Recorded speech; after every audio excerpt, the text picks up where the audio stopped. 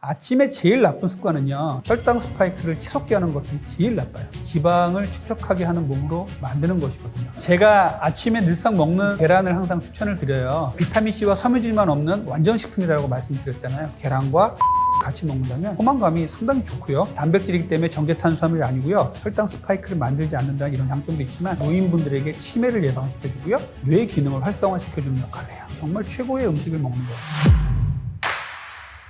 진료실에서 만나는 많은 분들께 아침 식사에 대한 중요성을 항상 말씀을 드려요. 근데 우리 현대인들은 바빠서 아침을 못 먹는 분도 계시고 간헐적 단식을 한다고 아침을 거르시고 아점이나 점심을 첫 끼로 먹는 분도 계시죠. 어쨌거나 그날에 처음 먹는 식사를 아침 식사라고 가정을 하고요. 아침에는요, 정말 좋은 양질의 단백질과 채소 위주로 식사를 하셔야 돼요. 왜 그러냐면요, 우리 밤 사이에 우리 몸은요, 아무것도 음식이 안 들어오니까 포도당 농도가 잔잔합니다. 당이 안 올라가니까 인슐린도 덩달아서 잔잔해요. 그런데 캐러멜 마키아토를 먹었다든지 케이크를 먹었다고 생각해 보세요. 그러면은 혈당이 엄청나게 올라가거든요. 공복의 혈당을 치솟아 올라가게 하는 혈당 스파이크를 만드는 게 아침에 정말 안 좋은 거예요. 그런 것들을 모르고 지금까지는 살았습니다. 아침에 단맛 나는 음식을 먹으면 뇌도 깨운다고 생각했고, 단맛 나는 탄수화물 먹어야지 수험생은 머리가 잘 돌아간다고 생각을 했었어요. 근데 절대 그렇지가 않거든요. 이제부터는 아침 공복에 어떤 음식을 먹는가가 상당히 중요하다고 말씀드리고, 이 아침에 먹는 음식이 나의 하루를 좌우하게 돼 있습니다. 30년 전만 해도요, TV에서 외국에 있는 사람들이 아침에 고소한 빵을 갖다가 이제 구워서 잼을 발라서 오렌지 주스하고 같이 먹으면, 그래도 저런 삶을 살았으면 얼마나 좋을까. 정말 건강한 삶이다라고 생각을 하고, 아침에 콘프레이크에다가 우유를 이제 말아서 먹고 나가는 걸 보면서 되게 부러워했던 적이 있었는데, 지금 생각해보면요, 아침에 보리밥에다가 나물에다가 계란 먹고 나갔던 옛날의 습관이 훨씬 더 건강했던 거예요. 아침에 제일 나쁜 습관은요, 이렇게 아주 바삭한 흰 빵에다가 잼을 발라 먹는다든지 콘프레이크를 우유에 먹는다든지 이런 것들로 인해서 혈당 스파이크를 치솟게 하는 것들이 제일 나빠요. 이렇게 혈당 스파이크를 높게 만들면요, 지방을 축적하게 하는 몸으로 만드는 것이거든요. 아침에 혈당 스파이크를 만들고 나갔어요. 8시에 충분히 먹었다고 생각하고 나갔는데 10시, 11시 정도 되면 혈당이 뚝 떨어집니다. 그러면서 또 배가 고파요. 손에 잡히는 게 또 정제된 탄수화물밖에 없어요. 과자, 그리고 초콜릿, 사탕 이런 것들을 먹는단 말이에요. 그러면 좀 있다가 또 혈당이 떨어져요. 이런 것이 하루 종일 반복이 됩니다. 그래서 혈당 스파이크는요, 아침에 만들어버리면 하루 종일 반복이 되는 거예요. 그래서 아침에 정제 탄수화물을 먹는 것이 가장 안 좋은 습관입니다. 그래서 이것을 끊어주는 게 상당히 중요하겠어요. 단백질을 아침에 먹는 게 상당히 중요해요. 나는 아침에 단백질을 먹어야 되는데 뭘 먹어야 돼요? 단백질 부담스러워. 이런 분들께 저는 계란을 항상 추천을 드려요. 아침에 계란을 먹으면 좋은 이유는요, 계란은 정말 맛도 있고 요리도 여러 가지를 할 수 있잖아요. 그런 장점도 있지만 첫 번째로 계란을 먹고 나가면 포만감이 상당히 좋습니다. 많은 연구에서 계란을 먹고 나가면 점심과 저녁에도 정제된 탄수화물을 적게 먹고 식욕을 줄였더라, 이런 연구들이 상당히 많습니다. 두 번째는요, 혈당 수준을 천천히 올린다는 것이에요. 계란은 단백질이기 때문에 정제탄수화물이 아니고요, 혈당을 거의 올리잖아요. 그래서 혈당 스파이크를 만들지 않는다는 이런 장점이 있습니다. 세 번째는요, 계란에 풍부한 단백질이에요. 계란에는 한 개에는요 6 내지 7g 정도의 단백질이 들어있어요. 아침에 먹고 나간다면 상당히 좋은 단백질 근육의 원천이 되고 다이어트도 잘 되게 하는 원인이 되겠습니다. 계란에는요 정말 많은 영양소가 들어있다고 말씀드렸는데, 그 중에 콜린이라는 성분이 있는데 뇌 기능을 활성화시켜주는 역할을 해요. 아침에 계란 2개 정도는요, 노인분들에게 치매를 예방시켜주고요, 또 수험생들에게는 뇌 활동을 잘하게 해서 공부를 잘하게 하는 역할을 합니다. 두 번째로 제가 말씀드리는 분들은요, 중년과 노년 여성분들이에요. 왜냐하면 단백질 섭취량이 상당히 많이 부족하거든요. 거의 반수가 단백질의 적정량을 못 드시고 계신다, 이런 연구들도 나오고 있는데, 고기를 드세요 하면요, 중년과 노년 여성분들 울상이세요. 고기를 먹으면 소화가 안 돼, 부담스러워, 이런 분들 너무 많으세요. 이런 어머님들께 계란을 드세요 그러면 또 계란은 잘 드세요. 중년과 노년 여성분들께 계란을 적극적으로 권합니다. 계란은요, 저는 삶은 계란을 제일 많이 추천드리긴 해요. 당 독소를 만들지는 않습니다. 구운 계란, 특히 후라이 같은 경우는요, 당 독소가 좀 많이 높아요. 삶은 계란이 없다고 후라이나 구운 계란을 피할 필요는 없어요. 편의점에 갔는데 구운 계란밖에 없다, 그럼 구운 계란 드셔도 상관은 없습니다. 계란 얘기하면요, 콜레스테롤 생각을 하시는 분들이 상당히 많잖아요. 콜레스테롤은요, 우리 몸에서 만들어내는 게 75% 전후예요. 간에서 만들어내거든요. 과다하면 문제가 되는 것이죠. 그런데 계란은요, 콜레스테롤을 높이는 성분도 있고 낮추는 성분도 있어요. 그래서 과거에는요, 계란이 콜레스테롤 높인다고 먹지 말라 막 이런 억울한 누명을 쓰고 살았는데, 최근에는 누명에서 많이 벗어났습니다. 정상인이라면요, 계란을 하루에 2개 내지 3개 정도 먹는 거 절대 문제되지 않습니다. 드십시오. 그리고 내가 콜레스테롤 약을 먹고 있어요. 그런 분들은요, 하루에 2개 정도 괜찮습니다. 고지혈증 약, 콜레스테롤 약을 먹는다는 건요, 결국은 콜레스테롤을 떨어뜨리는 역할을 하고 있는 약을 먹는 거예요. 이런 분들도 너무 걱정하지 말고 2개 정도는 먹어라 라고 말씀을 드려요. 문제는 콜레스테롤이 높은데 나는 음식으로 지금 콜레스테롤을 조절하고 있어, 이런 분들이에요. 약은 안 먹는 분들. 이런 분들은요, 계란은 조금 조심하셔야 돼요. 이런 분들은 저는 1개 정도 드시라고 말씀을 드리거든요. 정상인이라면 하루에 2-3개 정도는 무방하다라고 말씀을 드립니다. 계란에는요, 비타민C와 섬유질만 없는 완전식품이라고 말씀드렸잖아요. 그러면 비타민C와 섬유질이 있는 음식하고 드시는 게 제일 좋아요. 첫 번째는요, 토마토예요. 계란에 스크램블을 만들어 드신다든지 옆에 놓고 계란 따로 토마토 따로 먹는 거 상당히 좋거든요. 두 번째는 브로콜리 상당히 좋습니다. 세 번째는요, 야채는 아니지만 그릭 요거트 추천드려요. 내가 아침에 단백질을 먹는데 계란 단백과 유단백을 같이 먹는다면 정말 단백질로서 정말 최고의 음식을 먹는 거예요. 그릭 요거트는 무가당으로 고르셔서 계란과 같이 단백질을 섭취를 하신다면 양질의 단백질을 먹는다라고 말씀을 드릴 수 있겠습니다.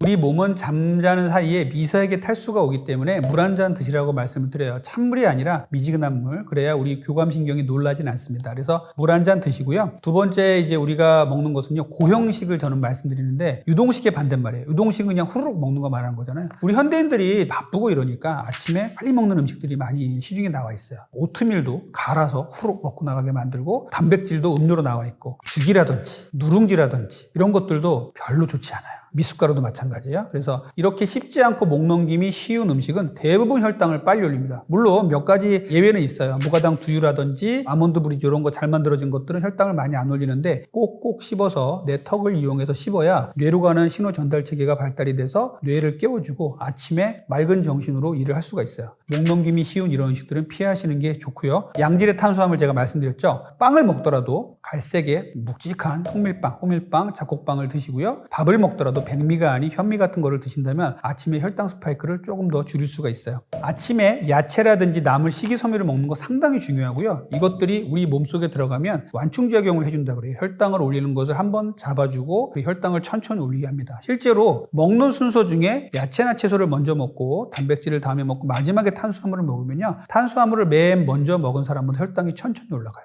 또 장에서도 유산균의 먹이가 되기 때문에 좋은 유익균을 많이 늘릴 수가 있습니다. 제가 아침에 늘상 먹는 제 음식을 말씀드리면 괜찮을 것 같아요. 우리 현대인들 바쁘잖아요. 그런데 아침에 간단하게 먹을 수 있는 음식들을 제가 계속 소개를 해드리고 있거든요. 처음엔 계란이에요. 계란을 전날 삶아놨다가 아침에 까서 계란을 소금에 찍어서 먹는다든지 이런 거 좋은 아침 식사가 될 수 있겠죠. 두 번째는요, 저는 낫또 많이 먹어요. 콩류가 상당히 좋은데 콩을 조리해 놓고 먹을 수도 있겠지만 낫또가 요즘에 많이 좋아져서 새벽 배송으로 오고 여기에 이제 고추냉이 같은 걸 같이 넣어서 냄새도 많이 없앤 제품들이 많이 있습니다. 이런 것들을 같이 먹는 것도 좋은 방법이에요. 또 무가당 두유 같은 것도 콩에서 좋은 단백질을 섭취할 수가 있겠죠. 세 번째는요, 유제품에서 얻는 단백질이에요. 무가당 그릭 요거트 그리고 천연 치즈 이런 것도 상당히 좋은 단백질이거든요. 시중에 보면은 그릭 요거트도 달게 만들어진 게 많이 있는데 이것은 다이어트 식품은 아니고요. 무가당, 무첨가 그릭 요거트를 잘 고르시면요, 꾸덕꾸덕한 식감과 아주 양질의 유단백을 섭취하는데 상당히 좋은 식품이라고 할 수가 있겠습니다. 치즈도 천연, 자연이라고 붙어있는 것들을 고르신다면 첨가물이 없는 이런 식품들을 고를 수 있다고 합니다. 그래서 좋은 단백질 섭취를 아침에 하시면 좋겠습니다. 땅콩 버터는 실제로 버터가 들어가 있지는 않습니다. 그런데 그 식감과 질감이 버터와 비슷해서 땅콩 버터라고 말씀을 드리는데요. 땅콩 버터는 칼로리도 높고요, 포만감도 어마어마해요. 조금만 드신다면 우리 몸의 건강과 다이어트에 도움이 많이 됩니다. 무가당 땅콩 버터 잘 고르신다면 좋은 거고요. 땅콩 버터 말씀드리면 꼭 이런 말씀하시는 분 계세요. 땅콩 버터에는 오메가6가 많아서 몸에 안 좋다라고 얘기하시는 분인데, 땅콩 버터에는 오메가6가 들어있어요. 그런데 오메가6가 무조건 나쁜 게 아니에요. 오메가3와 오메가6의 비율이 중요한 겁니다. 그래서 하루에 2스푼 정도만 제대로 드신다면 오메가6 걱정 그렇게 안 하셔도 돼요.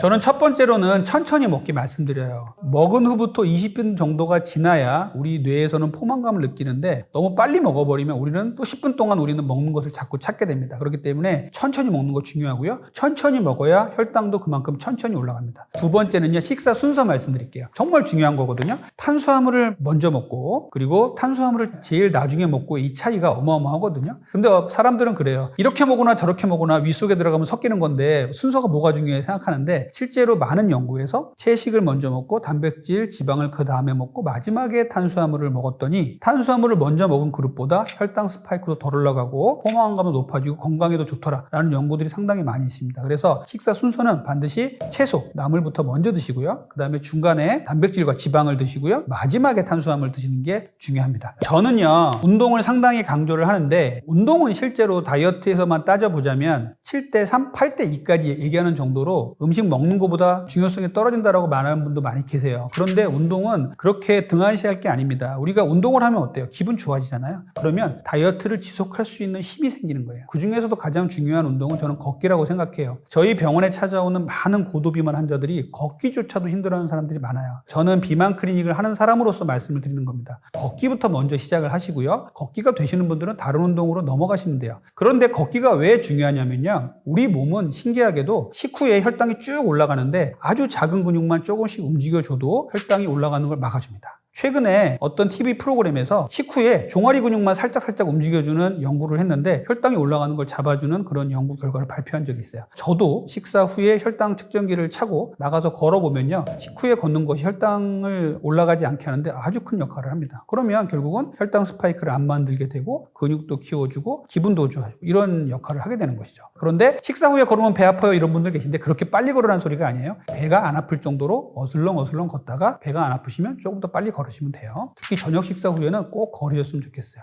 걷기가 되시면요. 그 다음에 하실 운동은요. 계단 오르기예요. 특히 겨울 되면 밖에 나가서 운동하기 힘드시다는 분들 많이 계신데 계단을 오르십시오. 올라가고 내려가는 이 계단 운동은 엄청나게 좋은 운동 방법이에요. 걷기보다 훨씬 많은 에너지를 쓰게 되고요. 걷기보다 훨씬 많은 근육을 쓰게 돼 있어요. 10층, 15층 정도를 계단을 쭉 올라갔다가 내려올 수 있는 체력을 기르십시오. 이것도 난 가능하다. 이런 분들은 HIIT, 고강도 인터벌 트레이닝이라는 운동을 저는 말씀을 드려요. 자, 우리가 헬스클럽 가보면 옆에서 운동하시는 분이 팍 뛰다가 조금은 또 천천히 걷다가 또 팍 뛰다가 천천히 걷다 이런 분들을 보시죠. 이것이 고강도 인터벌 트레이닝이에요. 여기서의 주의해야 될 점은 완전히 쉬어버리면 안 돼요. 10분을 운동을 하더라도 고강도 인터벌 트레이닝을 하면요. 20분, 30분 운동한 것보다도 더 좋은 효과를 나타낸다는 연구들이 많습니다. 계단 오르기를 예를 들자면요. 10층까지 충분히 걸어 올라갈 수 있는 능력이 되시는 분들은 이제 HIIT를 시작할 시간이 된 겁니다. 그러면은 2, 3층 정도를 전속 질주로 올라가요. 2, 3층 정도는 천천히 걸어 올라갑니다. 쉬면 안 돼요. 빨리 올라가고 천천히 올라가고 전력 질주로 올라가고 천천히 올라가고를 반복하는 거예요. 이 운동을 한두 번만 해도 불과 5분 내지 10분 정도만 해도 우리 몸에서는 엄청나게 에너지를 태우고 다이어트 효과를 누린다고 돼 있어요. 애프터 번 효과라고 돼 있는데 고강도 인터벌 트레이닝 운동을 하고 나면 운동을 한 이후에도 지방을 계속 태워준다고 되어 있습니다. 여기서 나온 운동이 타바타 같은 운동이에요.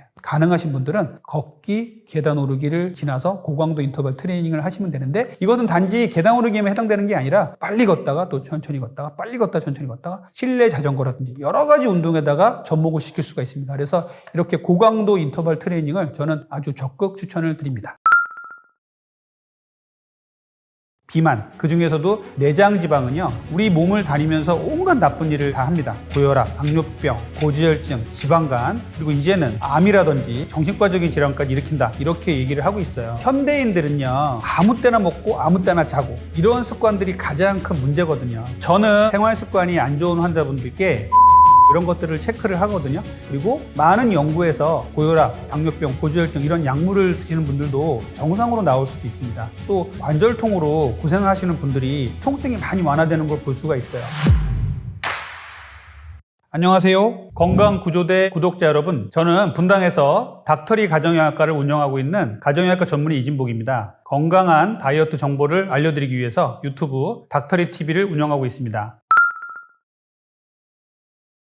우리가 예전에는 약간 통통하다, 비만이다 그래도 그냥 넘어간 적도 많았고 그냥 보기 좋다 한 적도 있었어요. 하지만 이제 비만은 엄연한 질병입니다. 우리의 지방은 피하지방과 내장지방 두 가지가 있는데요. 피하지방은 보기에만 안 좋을 뿐 건강에 그렇게 영향을 미치진 않아요. 그런데 피부에서 잡히지 않는 내장 속에 있는 지방은요. 우리 몸을 다니면서 온갖 나쁜 일을 다 합니다. 고혈압, 당뇨병, 고지혈증, 지방간, 고요산혈증, 통풍이라고 하죠. 그리고 이제는 암이라든지 정신과적인 질환까지 일으킨다 이렇게 얘기를 하고 있어요. 그래서 이 비만 그 중에서도 내장 지방은요 상당히 중요한 것이고 모든 만성 질환의 원인이다라고 할 정도로 질병이다라는 생각을 꼭 해주셔야 됩니다. 임상에서 비만 클리닉을 찾아오시는 분들은요 정말 고도 비만들이 많으세요. 만약에 120kg, 150kg의 환자분이 찾아오셨다. 그러면 이 환자분들의 이상 체중, 목표 체중이 한 70kg, 80kg가 된다고 치면은 환자분들 대부분 포기하시거든요. 그런데 다행스러운 것은 많은 연구에서 자기 체중의 10%만 빼도 지금 현재 앓고 있는 많은 질환들이 완화가 된다고 되어 있습니다. 예를 들자면 체중이 너무 많이 나가서 발목이나 무릎, 관절통으로 고생을 하시는 분들이 체중만 10kg만 빼셔도요 통증이 많이 완화되는 걸 볼 수가 있어요. 그리고 고혈압, 당뇨병, 고지혈증 이런 약물을 드시는 분들도 이렇게 체중을 10% 정도 빼시면은요 상당히 완화가 되는 경우를 많이 봅니다. 그래서 100kg 환자가 오셨으면요 3 내지 6개월에 걸쳐서 약 10kg 정도를 빼는 거예요.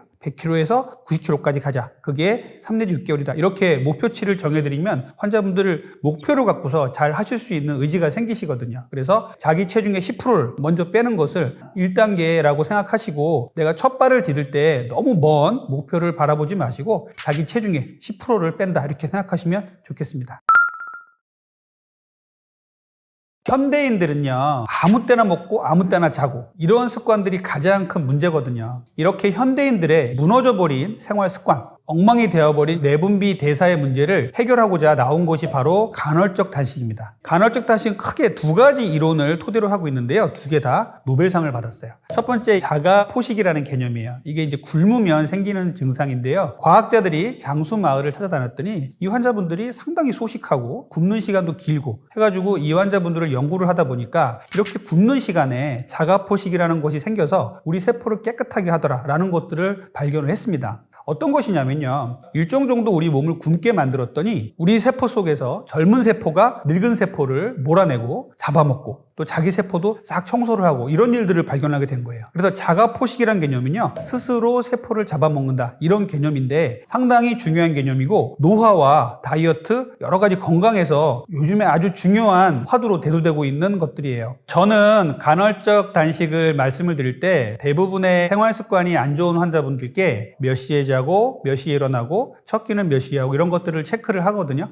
이렇게 해서 환자분들이 잘못된 생활 습관들을 바로잡아주면요. 환자분들이 대사가 많이 돌아와서 다이어트도 잘 되고 건강해지는 것을 아주 많이 보고 있어요. 예를 들자면 100kg 나가는 어떤 남자분은요. 밤에 깨어나서도 이렇게 먹는 분들이 계셨어요. 이런 분들께 먹지 마라 얘기하는 것이 아니라 몇 시에 주무시고 몇 시에 일어나고 밤에는 절대 먹지 마세요. 공복 시간은 이렇게 가지세요라고 계속적으로 말씀을 드리고 생활 습관을 바꿨더니 그것만 바꿨음에도 불구하고 몇 킬로가 빠지고 환자분 스스로도 건강해지고 이런 경우를 아주 많이 봅니다. 그래서 저는 간헐적 단식을 다이어트 쪽에서 이용을 하고 있지만 노화라든지 여러 가지 질병 쪽에서도 간헐적 단식을 이용하는 경우가 상당히 많아요. 그래서 간헐적 단식은 이렇게 우리 몸의 건강을 지켜주고 다이어트를 잘 되게 하는 좋은 방법이라고 생각합니다. 간헐적 단식은요 또 하나의 개념이 노벨상을 받은 게 뭐냐면은 생체 시계 개념이에요. 생체 시계는 뭐냐면요 우리는 해가 떠 있으면 일을 하고 먹고요 해가 지면 먹는 것을 멈추고 잔다 이런 개념이에요. 아주 옛날 우리 조상들은 이렇게 생활을 했었죠. 그런데 이렇게 현대로 들어오면서 밤문화가 발전이 되고 밤에도 환하게 불이 켜져 있고 정말 재밌는 TV 프로그램들을 많이 하고 하다 보니까 밤에 잠을 못 자고 낮과 밤이 바뀌어버리고 이런 경우가 많잖아요. 그래서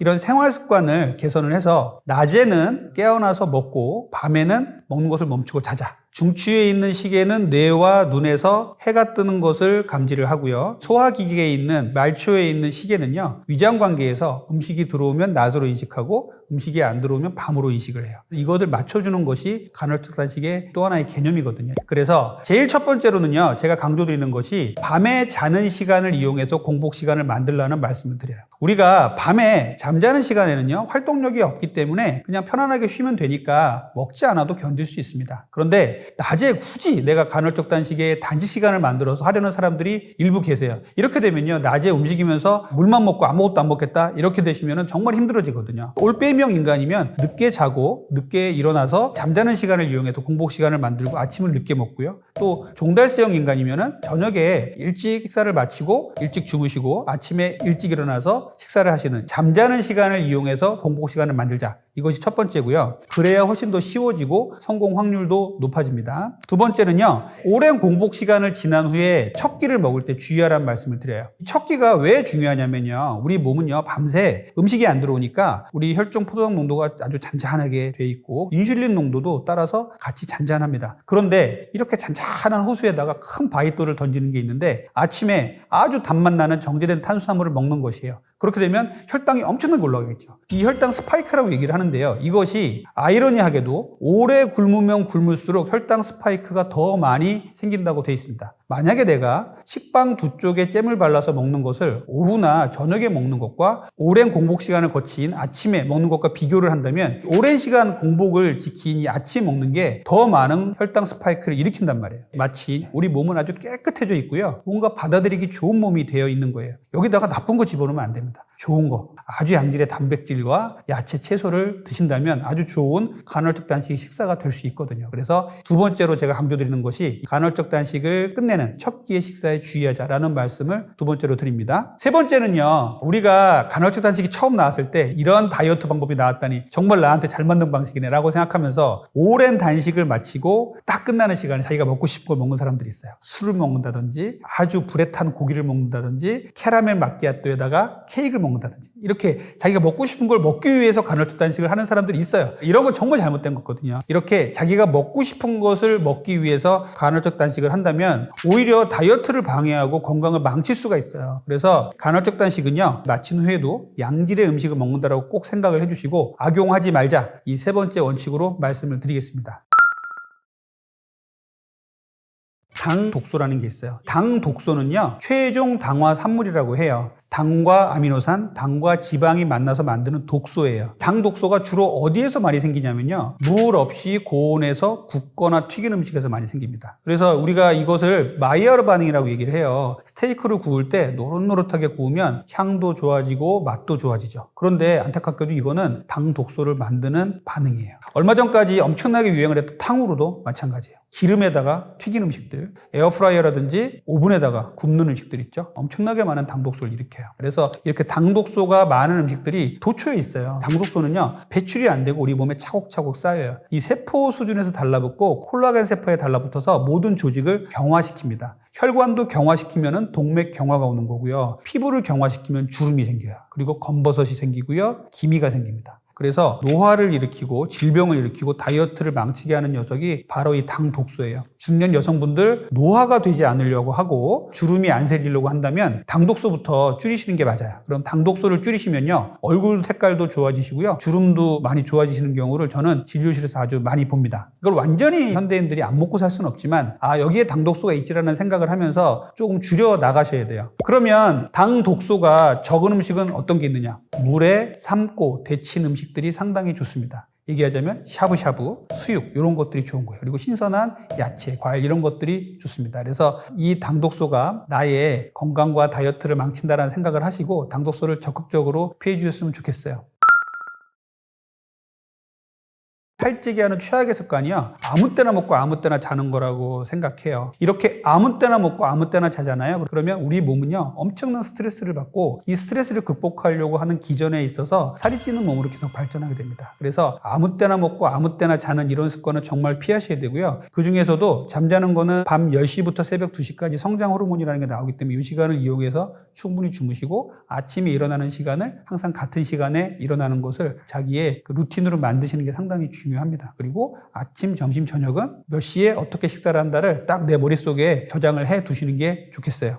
두 번째는요. 우리 현대인들에게 가장 나쁜 습관이 수면이에요. 수면을 잘 취해야 살이 빠지고 건강해지는데 거기에 가장 큰 악의 축이 뭐냐면 밤에 인공 발광 조명이라고 해요. 스스로 빛을 내는 조명들. TV, PC, 태블릿 PC, 그 다음에 휴대폰. 그래서 휴대폰이 너무 문제가 되는 것은 침실까지 갖고 들어가서 보다가 잔다는 것이죠. 우리가 잠을 자려고 노력을 하는 데 있어서 밝은 빛이 눈에 들어오면요. 결국 망막에 닿아서 낮이라고 인식을 자꾸 뇌에서는 신호를 보내주는 거예요. 잠을 깨라 하고 있는데 우리는 휴대폰을 보면서 잠이 오면 잠을 자야지라고 또 생각을 하고 있죠. 여기서 이러다가 스르르 잠이 든다고 해도요, 수면의 질이 너무 안 좋아지는 것이에요. 수면을 잘 취하는 데 있어서 휴대폰을 멀리 치워버리는 게 정말 중요하다고 생각해요. 이렇게 빨리 먹는 생활 습관은 우리를 살찌게 만드는 주 원인이에요. 빨리 먹으면요, 이런 탄수화물류들이 빠르게 흡수가 되고 우리 몸에서는 빠르게 인슐린이 나와서 지방을 저장하는 몸으로 발전을 하게 되거든요. 그래서 이렇게 빨리 먹는 습관은 절대 버리셔야 되고요. 20분 정도 있어야 뇌에서는 포만감을 느껴요. 그래서 이제 그만 먹어라 라는 신호를 내보내게 되는데, 우리가 10분 내에 식사를 다 마쳤어요. 그러면 10분이 남잖아요. 그 10분 동안 괜한 허기짐이 생기는 겁니다.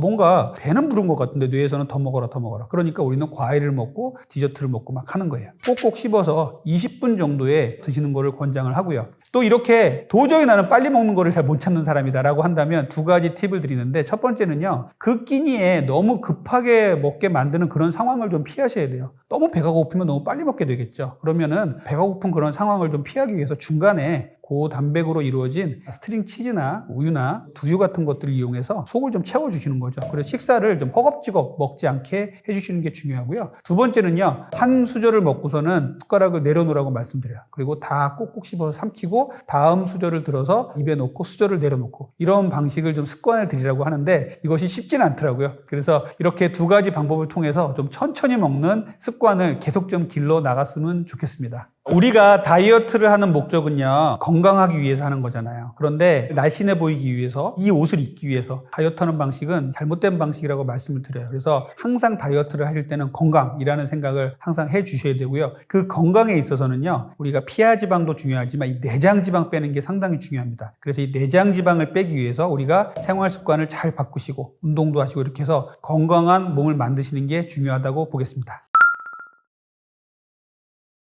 다이어트를 해야겠다고 생각하면 무조건 펌프드 다이어트, 굶는 다이어트, 이런 분들은 결국 다시 먹게 되잖아요. 그러면 근육만 빠지고 지방만 고스란히 찌게 돼요. 살찔 수 있는 체질이 되는 아주 지름길을 가고 계신 거예요. 살 안 찌는 방법 6가지에 대해서 말씀드릴 건데요. 첫 번째는 혈당 스파이크를 만들지 않아야 돼요. 아침에 8시 정도에 밥을 먹고 나왔는데 10시, 11시 정도에 배가 고파요. 허기가 져요. 이게 혈당 스파이크에서 생기는 반응성 저혈당이거든요. 이때 우리는 또 아이고 당 떨어진다, 초콜릿이나 간식, 과자 같은 걸 먹습니다. 혈당 스파이크는 한 번 생기면 또 떨어지고 또 먹고 또 올라가서 또 떨어지고 하루 종일 반복하게 돼요. 그런데 이것을 해결하시는 방법은 딱 한 가지밖에 없어요.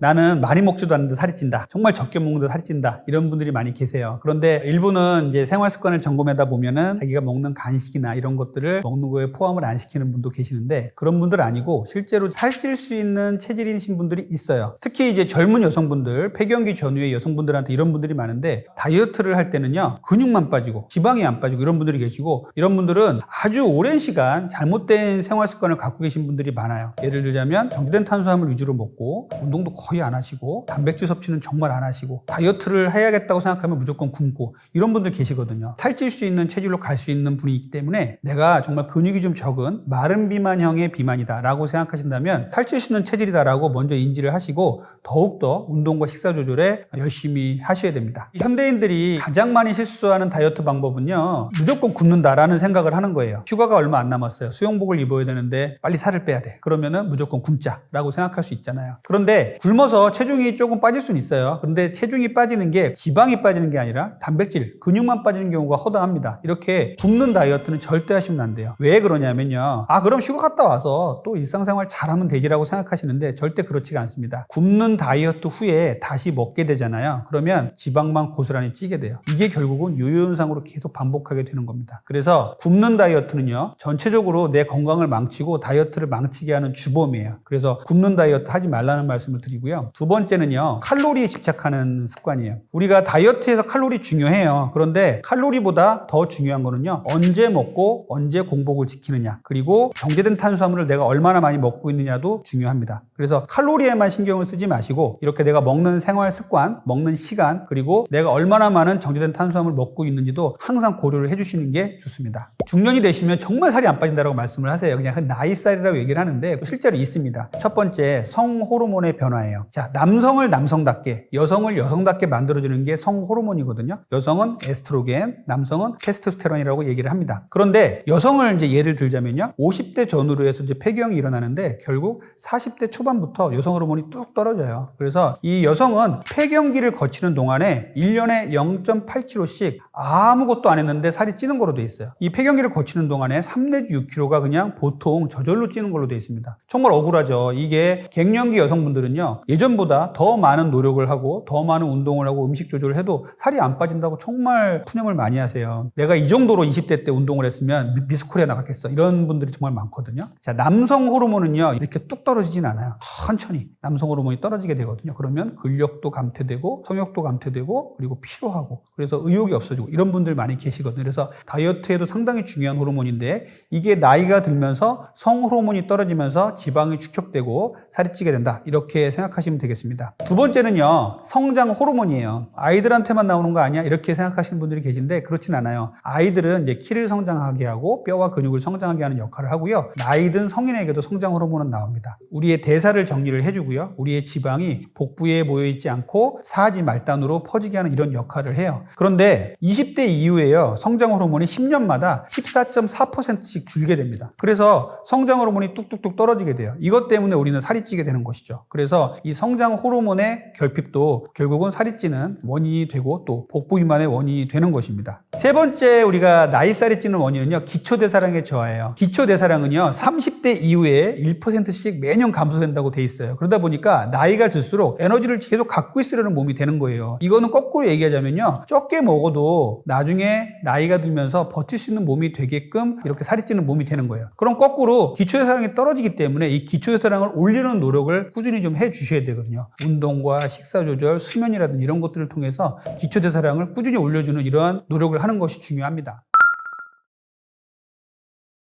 자, 제가 앞에서 쉽게 살이 찌는 사람들의 체질에 대해서 말씀을 드렸었는데 이 체질이 그냥 평생에 굴레인 것처럼 사실 필요는 없어요. 우리가 후천적인 노력을 통해서도 이러한 체질은 충분히 바꿀 수가 있습니다. 다만 시간이 좀 걸릴 뿐이에요. 노력이 좀 더 필요할 뿐이죠. 살 안 찌는 방법 6가지에 대해서 말씀드릴 건데요. 이 6가지를 잘 지키신다면 살 안 찌는 체질로 될 수 있으십니다. 첫 번째는 혈당 스파이크를 만들지 않아야 돼요. 정상인은요. 혈당이 70에서 140 사이에서 아주 정교하게 움직입니다. 그런데 정제된 탄수화물을 먹잖아요. 그러면 이렇게 정상인들, 우리가 20대에 아주 마르신 여성분들도요, 혈당이 200까지 올라갈 수가 있어요. 이 혈당이 갑작스럽게 올라가는 게 무엇이 문제냐면요, 혈당이 쫙 올라가면요, 이 혈당을 떨어뜨리기 위해서 인슐린이 나와서 혈당을 잡아내려서 세포 안으로 넣는 이런 것이 에너지의 이 대사의 기본 원리거든요. 그런데 이렇게 너무나 많이 올라간 혈당을 잡아내리는 과정에서는요, 인슐린이 작용을 하면서 지방으로 계속 축적을 시킵니다. 혈당이 너무나 많이 올라가면 혈당 스파이크라고 얘기를 하고요. 이 혈당 스파이크가 생기면 생길수록 지방이 축적이 된다. 살이 찌는 체질이 된다라고 생각하시면 돼요. 그래서 이렇게 혈당 스파이크가 우리 현대인들에게는 아주 만연해 있죠. 왜냐하면은 빵, 떡, 면 이런 것들이 그냥 도초에 깔려 있잖아요. 그리고 이런 것들을 먹으면 현대인들은 중독이 되고 계속 먹고 이렇게 되기 때문에 현대인들은 이 혈당 스파이크에서 벗어날 수가 없는데, 그렇다면 이렇게 무시무시한 혈당 스파이크를 막는 방법은 어떤 게 있냐면요. 첫 번째는요, 양질의 탄수화물이 어떤 건지를 잘 아시고 찾아 드셔야 돼요. 그 양질의 탄수화물은 무엇이냐면요, 흰 밥 대신에 현미밥, 잡곡밥, 보리밥 이런 것들을 드셔야 돼요. 그리고 흰 빵 대신에 좀 거무틱틱한 호밀빵, 잡곡빵, 홍밀빵 이런 것들 있죠. 이런 것들을 드셔야 됩니다. 그리고 오트밀도 갈아낸 게 아니라 통오트밀 이런 것들이 아주 좋은 통곡류거든요. 이렇게 정제된 탄수화물이 아닌 좋은 탄수화물을 찾아 드시는 습관을 항상 기르셔야 돼요. 두 번째는요, 첫 번째 식사에 주의하자는 말씀을 드려요. 그래서 아침 식사가 중요한 거예요. 공복을 쭉 지키다가 공복을 깨는 그 시간에 먹는 음식이 우리의 혈당 스파이크를 좌우를 합니다. 쭉 공복을 지키다가 아침에 정말 단맛 나는 샌드위치에다가 잼을 발라서 과일 주스하고 먹었어요. 그러면 엄청나게 혈당 스파이크가 올라가거든요. 그러면 좀 있으면은요, 혈당 스파이크가 쭉 올라갔다 인슐린 때문에 뚝 떨어져요. 이 혈당 스파이크의 문제는 또 뭐냐면요, 이렇게 뚝 떨어지잖아요. 그러면은 아침에 8시 정도에 밥을 먹고 나왔는데 10시, 11시 정도에 충분히 먹었다고 생각했는데도 배가 고파요. 허기가 져요. 이게 혈당 스파이크에서 생기는 반응성 저혈당이거든요. 이때 우리는 또 어떻게 되냐면은, 아이고 당 떨어진다, 손도 막 떨리네, 뭐 좀 갖고 와봐. 그래서 초콜릿이나 간식, 과자 같은 걸 먹습니다. 이게 바로 혈당 스파이크의 증상이거든요. 그래서 혈당 스파이크는 한 번 생기면 또 떨어지고 또 먹고 또 올라가서 또 떨어지고 하루 종일 반복하게 돼요. 그래서 이 공복을 깨는 아침에 정제된 탄수화물을 안 먹는 것이, 점심 저녁에 안 먹는 것도 중요하지만 이 공복을 깨는 첫 끼에 안 먹는 게 정말 중요합니다. 세 번째는요, 어쩔 수 없이 정제된 탄수화물을 먹었어요. 혈당 스파이크가 생길 건 자명해요. 그런데 이것을 해결하시는 방법은 딱 한 가지밖에 없어요. 식후에 운동하는 것밖에 없습니다. 그래야 혈당이 떨어져요. 우리의 근육은요, 혈당을 먹는 스펀지라는 이름이 붙여져 있어요. 그래서 혈당이 올라간 것을 빨리 떨어뜨리고 혈당 스파이크가 안 생기게 하려면요, 빨리 나가서 걸으세요. 점심 식사 이후에 걷고 과식했다고 생각하시면 걸으셔야 됩니다. 그래서 쭉 걸으시잖아요. 그러면 180까지 올라가려고 했던 혈당이 140, 150에서 멈춰서 쭉 운동하는 동안에 유지를 하다가 이제 충분히 운동을 하면 쭉 떨어지는 이런 것들을 경과를 밟게 돼요.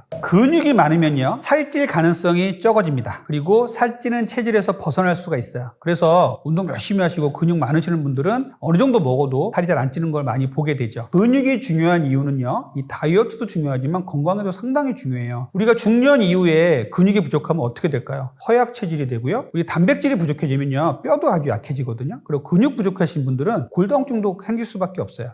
골다공증이 생기면 조금만 넘어져도 낙상이 쉽게 생길 수 있고요. 골절이 올 수가 있어요. 그래서 한 번 다치면 또 병상에 누워있게 되고, 병상에 누워있게 되면 근육이 더 빠지고 지방만 느는 이러한 악순환이 반복이 돼요. 그래서 근육을 늘리는 것은 낙상을 방지하고 중년 이후에 골다공증도 예방할 수가 있어요. 그래서 이 근육을 늘리는 거 중요한데요. 근육을 늘리려면 제일 중요한 건요, 양질의 단백질을 잘 드셔야 돼요. 닭가슴살, 계란, 콩류도 있죠. 그릭 요거트 같은 것도 있고요. 치즈, 그리고 아몬드라든지 버섯, 이런 것들도 상당히 좋은 단백질의 원천이거든요. 그래서 이런 것들을 충분히 잘 드셔야 되고요. 두 번째는 잘 드신 후에 운동을 열심히 해주셔야 됩니다. 유산소 운동, 무산소 운동 다 필요해요. 이렇게 운동을 충분히 해주셔야 우리가 먹은 음식이 내 몸에서 차곡차곡 아주 좋은 양질의 근육으로 발달을 하게 됩니다. 그리고 근육을 키우려면요, 충분히 잠을 주무셔야 돼요. 충분히 잠을 주무실 때 우리의 성장 호르몬이 작용을 해서 우리의 대사를 정리를 해주고 근육을 키워주는 데 중요한 역할을 합니다. 자, 기초대사량이 높으면 살이 덜 찌는 체질이라고 제가 말씀을 드렸죠. 기초대사량이 낮으면 아주 권태롭고 피로하고 허약 체질이 될 수도 있고요. 그리고 살이 자꾸 찌는 몸이 될 수가 있어요. 기초대사량을 올리려면요, 결국은 식사에서 정제탄수화물 줄이고 단백질을 잘 먹자는 말씀을 드렸고요. 두 번째로 운동도 유산소 운동, 무산소 운동 해 주셔야 한다고 말씀드렸고, 또 수면도 잘 취해야지 기초대사량이 올라간다고 말씀드렸어요. 그 뒤에 제가 또 추가적으로 말씀드릴 것은요, 물도 상당히 중요합니다. 수분 섭취를 잘 해야 기초대사량이 올라간다고 되어 있어요. 그 중에서 이제 여름 같은 데는 찬물을 좀 드시면 조금 더 기초대사량이 올라간다, 이런 논문도 있으니까 이렇게 찬물이 뭐 항상 좋은 건 아니지만 기초대사량 부분에서는 약간 좋다라고 생각하시면 되겠고, 규칙적인 생활도 기초대사량을 올리는 데 중요하니까 이렇게 규칙적인 생활을 해주시면 좋겠습니다. 자, 네 번째, 살 안 찌는 체질을 만드는 거 수면이에요. 우리 현대인들은요, 수면 부족으로 항상 시달립니다. 그리고 잘 자더라도 수면의 질이 안 좋으신 분도 상당히 많아요. 수면을 잘 취해야 기초대사량도 올라가고 근육도 잘 생기고 그리고 다이어트도 잘 되는 몸이 됩니다. 우리가 잠을 자면 성장 호르몬이라는 게 나와요. 성장 호르몬이 밤 10시부터 새벽 2시까지 나오거든요. 이 시간을 포함해서 7시간 반 전후로 꼭 수면을 취하라고 말씀을 드립니다. 그리고 또 하나는요, 우리가 잠을 못 자면요, 코르티졸이라는 스트레스 호르몬이 나옵니다. 잠 못 잔 다음 날 막 단 것도 땡기고 피부 트러블도 생기고 막 그러잖아요. 이것이 다 스트레스 호르몬의 역할이에요. 그래서 잠을 잘 주무셔야 이렇게 스트레스 호르몬도 덜 나오게 되고요. 렙틴, 그렐린, 인슐린 같은 호르몬을 싹 정리를 해주는 게 잠이에요. 그래서 이렇게 수면을 잘 취하셔야 살찌지 않는 체질로 바뀌게 됩니다. 대부분 단맛이 나는 음식에는요, 탄수화물이 많고요. 고소한 맛이 있는 음식에는요, 단백질이나 지방이 많습니다. 다 그런 건 아니에요. 그래서 단맛에 길들여진 이 현대인들의 나쁜 식습관을 바꾸는 데 있어서 입맛 바꾸기가 정말 중요해요. 그래서 저는 항상 단맛에서 고소하고 묵직한 맛으로 내 입맛을 바꾸라라고 말씀드리거든요. 단짠 이런 얘기들 많이 했죠. 그래서 단맛 나는 음식들은 빵, 떡면, 과자, 액상과당, 단맛 나는 과일들을 좀 피하시고요. 우리가 묵직하고 이러한 견과류라든지 그리고 닭가슴살이라든지 이런 것들을 먹으면서 치즈도 좋고요. 고소한 맛에 좀 길들여진다면 내가 조금 더 건강한 체질로 바뀔 수가 있어요. 그래서 저는 항상 두유를 먹을 때도 입에서 단맛 나는 두유는 피하세요. 고소한 맛 위주의 두유를 고르세요라고 말씀을 드리거든요. 근데 그런 것들이 대부분 뒤에 영양 성분표를 보면 탄수화물이 적고 단백질이 높은 것들이 많아요. 그래서 이렇게 자기의 입맛을 바꾸는 것도 중요합니다. 여섯 번째, 살 안 찌는 체질로 바꾸기 위해서 제가 강조하는 것 중에 하나는요, 장내 유산균의 문제예요. 장내 유산균이 온갖 질병과 건강에 연관이 있다는 연구들이 상당히 많습니다. 요즘은 장뇌축이라는 말도 참 많이 하죠. 결국은 우리의 정신을 잡아놓은 것도 장에 있다라는 얘기까지도 이제는 나올 정도예요. 그런데 우리가 다이어트만 바라보더라도요, 이 장의 건강이 상당히 중요하거든요. 장에는요, 쉽게 얘기해서 뚱보균과 날씬균이 적절히 균형을 이루어줘야 우리가 다이어트가 잘 되거든요. 그런데 요즘에는 검사들이 아주 발전이 돼가지고요, 장내 미생물 검사를 해보면요, 뚱보균이 아주 우세하고 날씬균은 조금밖에 없는 이런 분들이 너무나 너무나 많으세요. 그래서 내 몸에 나심균이 많아지고 뚱보균이 적어져야 되는데 이런 것들이 궁금하신 분들은요, 가까운 병의원에서 장내 미생물 검사를 해보면 아주 간단한 검사로 내 몸의 장내 유산균을 알아볼 수가 있어요. 그래서 장내 유산균을 좋은 유산균으로 바꾸려면 충분한 섬유질 섭취가 중요합니다. 우리가 먹는 섬유질, 야채, 채소, 나물 이런 것들을 먹으면요, 장내에서 유산균의 먹이가 되거든요. 이런 유산균의 먹이가 돼서 좋은 유산균들이 높아지고 나쁜 유산균들이 적어져서 장내의 균들의 이 균형을 이루는 게 상당히 중요해요. 요즘에 제로 음료 같은 것들 많이 있죠. 인공 감미료 같은 것들이 장에 가서 장내 균형을 깨트립니다. 장내에 유해균들이 이것들 먹고서 증식하는 경우가 상당히 많아요. 그래서 이렇게 제로 음료, 인공 감미료를 많이 먹는 습관도 바꾸시는 게 좋아요. 그래서 장내의 유산균의 문제도 살 빠지는 체질로 만드는 데 상당히 중요한 것이다라고 말씀을 드리겠습니다.